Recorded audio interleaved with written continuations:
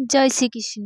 বন্ধুরা, জয় শ্রীকৃষ্ণ। জীবনে সত্যিকারের শান্তি, সাফল্য আর সমাধান খুঁজে থাকো, তবে আজকের এই ভিডিওটি তোমাদের জন্য। শ্রীমদ্ ভগবদ গীতার 5টি অনন্য শিক্ষা তোমাদের চিন্তাকে বদলে দেবে, মনকে দূর করবে আর জীবনে প্রতিটি পরিস্থিতিকে সহজ করে তুলবে।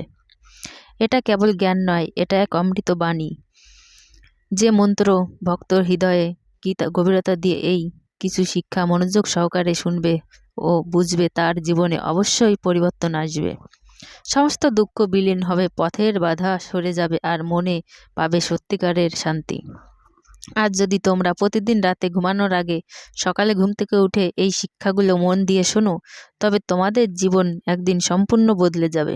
কারণ গীতায় প্রতিটি কথা তোমার আত্মাকে স্পষ্ট করবে, তোমার চিন্তাকে পরিষ্কার করবে আর তোমাকে আরও শক্তিশালী ও স্থির মানুষ করে তুলবে। তাই ভিডিওটি প্রথম থেকে শেষ অবধি দেখুন, কারণ আজ হতে পারে সেই মুহূর্ত শ্রীমদ্ ভগবদ গীতার তোমার জীবনের দিক পরিবর্তন করে দেবে। আজ যদি তুমি সত্যিকারের ভগবানের বাণী শুনে নিজেকে বদলাতে চাও, তবে গীতার বাণী চ্যানেলটি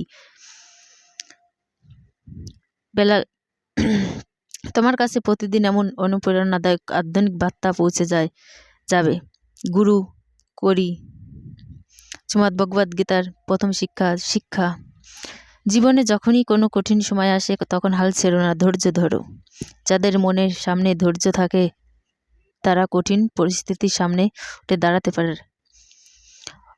অতিক্রম করে সাফল্য হয়। রাজা একদিন তার গুরুদেবের কাছে গিয়ে বললেন, গুরুদেব, আমার রাজ্য এখন সমৃদ্ধি আছে, কিন্তু সময় তো নিশ্চিত নয়। যদি কখনো জীবনে খারাপ সময় আসে, তখন কি করব? আপনি কি এমন কোনো মন্ত্র দিতে পারেন যা আমাকে সেই দুঃসময় শক্তি দেবে? গুরু হাসলেন। এটি তাবিজে কিছু লিখে বেঁধে দিয়ে বললেন, রাজন, যখন জীবনে এমন সময় আসবে, তখনই তাবিজ খুলে এর ভিতরে মন্ত্রটি পড়ে নিয়ে সেই মন্ত্রে তোমাকে অপরিসীম শক্তি দেবে। সময় বয়ে রয়ে যাবে, সত্যি অন্য এক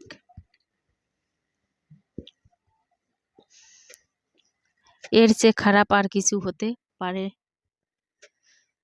তখনই তাবিজ খুলে এই ভিতরে মন্ত্রটি পড়ে নিও, সেই মন্ত্র তোমাকে অপরিসীম শক্তি দেবে। সময় রয়ে যাবে, সত্যি অন্য এক রাজ্য আমন্ত্রণ করল। যুদ্ধ হেরে রাজা বাধ্য হলেন রাজ্য ছেড়ে কয়েকদিন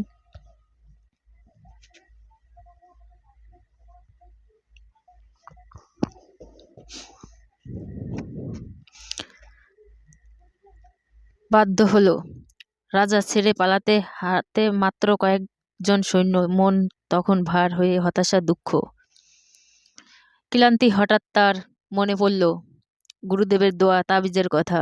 তিনি ভাবলেন, গুরু বলেছিলেন সবচেয়ে খারাপ সময়ে তাবিজ খুলে দেখতে।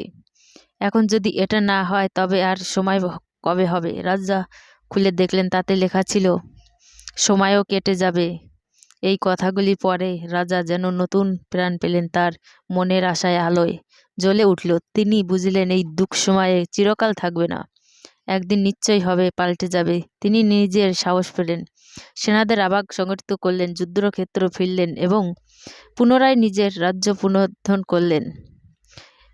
এই গল্প আমাদের শেখায়, যতই খারাপ সময় আসুক না কেন, চিরকাল থাকে না, একদিন না একদিন অবশ্যই কেটে যায়। প্রতিটি কঠিন মুহূর্তে শেষ আছে। কোনো পরিস্থিতি মন ভেঙে ফেলো না, ধৈর্য রাখো, কারণ ধৈর্যই হলো সবচেয়ে বড় শক্তি, যা মানুষকে দুঃসময় থেকে মুক্তি দেয়।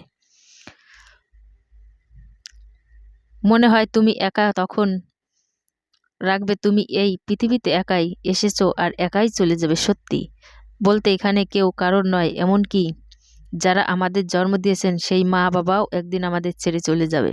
তাহলে অন্যদের কি প্রত্যাশা করবে? কেউ যদি তোমাকে একা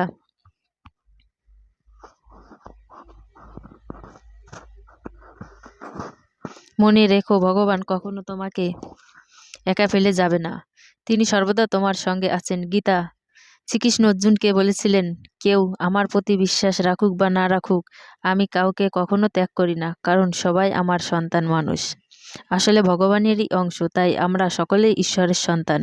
তো একা থাকার জন্য দুঃখ করো না, একা থাকার জন্য ভয় পেও না, বরং ভুল মানুষের সঙ্গে থাকা ভয় রাখো। প্রবাদ আছে, কিছু না কিছু চেয়ে টাকা ভালো,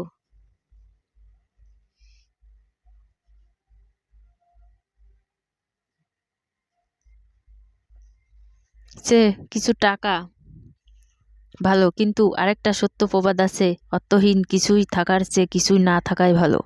অর্থাৎ মিথ্যা বা ভুল সম্পর্কের চেয়ে একা থাকা অনেক ভালো। তাই গীতা শিক্ষা তাদের জন্য কিভাবে প্রয়োজনীয় যারা একা থাকার কারণে বিস্ময় হয়ে পড়ে। মনে রেখো, জগতে কেউ কারণ নয়, তাই একা থাকাকে ভয় না পেয়ে বরং শক্তিমণি গ্রহণ করো।